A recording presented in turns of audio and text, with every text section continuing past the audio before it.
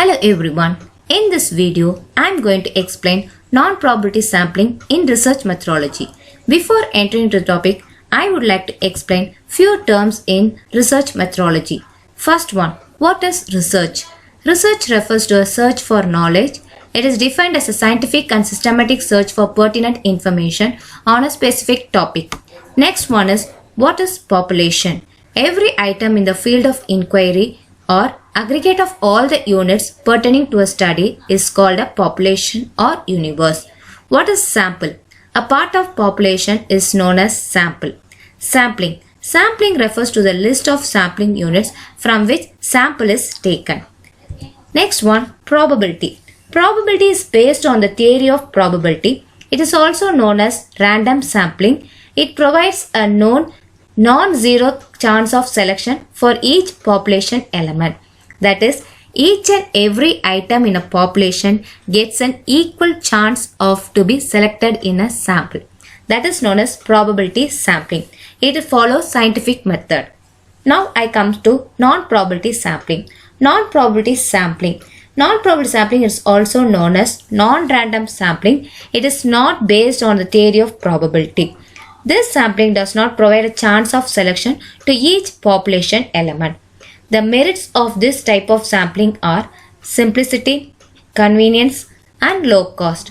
The main demerits of the non-probability sampling are it does not ensure a selection chance to each population unit. The selection probability is unknown. A non-probability sample may not be a representative one. It suffers from sampling bias. Next one, sampling methods. Sampling method is divided into two. Probability sampling and non-probability sampling. Non-probability sampling includes convenience sampling, quota sampling, judgment sampling, and snowball sampling. Convenience sampling. This method of convenience sampling is also called the chunk. A chunk is a fraction of one population taken for investigation because of its convenient availability. Convenient samples are sometimes called accidental samples. Convenient sampling is also useful in making pilot studies. Convenient sampling, an investigator selects a sample based on its convenient availability. That is known as convenient sampling. Next one is advantages and disadvantages of convenient sampling. The advantages of convenient sampling is convenient sampling is cheapest and simplest one. It does not require a list of population. It does not require any statistical expertise. The disadvantage of non-probability sampling is convenient sampling is highly biased. It does not least reliable sampling method. The findings cannot be generalized. Next one is regarding the judgmental sampling.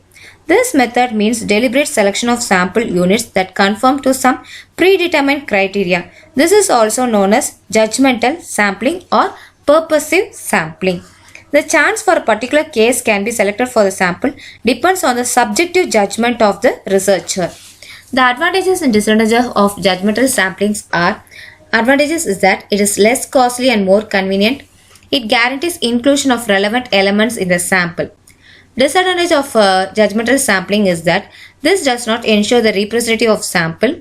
This is less efficient for generalizing and it requires more information about the population for the study and it does not lend itself for using inferential statistics.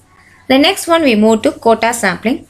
This form of convenient sampling involves selection of quota groups of accessible samplings units by traits such as sex, age, social class, etc. Quota sampling is therefore a method of stratified sampling in which selection within the strata is non-random.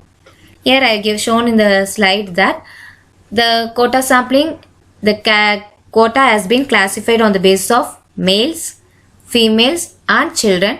After selecting them, then on the basis of non-random sampling, the quotas has been selected for samples. The advantages and disadvantages of quota sampling is that it is less costly than the probability sampling. It takes less time. There is no need for the list of population. Fieldwork can be easily organized. Disadvantages of quota sampling is that it does not yield a precise representative sample and the investigators may sometimes avoid the areas such as slums or the areas that are difficult to reach will be avoided by the investigators. Strict control of field work is difficult. And the last one is there is chance for classification of error as there are more than 3 variables as we considered. The next one we move to the snowball sampling. This is a colorful name for the technique of building up a list or sample of special population by using an initial set of its members as informant. For example, if an investigator does not know about the target customers or respondents, then the investigator contacts a particular respondent and that particular respondent suggests another respondent. Through this way only, the investigator collects the samples. From an informant, it collects the information from the another informant and then it goes on. This is known as snowball sampling. The advantages and disadvantages of snowball sampling are: it is very useful in studying the social groups, informal groups in a formal organization.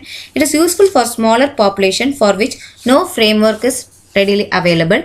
Disadvantage is that snowball sampling does not allow the probability statistical method, and it is difficult to apply this method when the population is large. It does not ensure the inclusion of all the elements in the list. Thank you for watching my video. Thank you.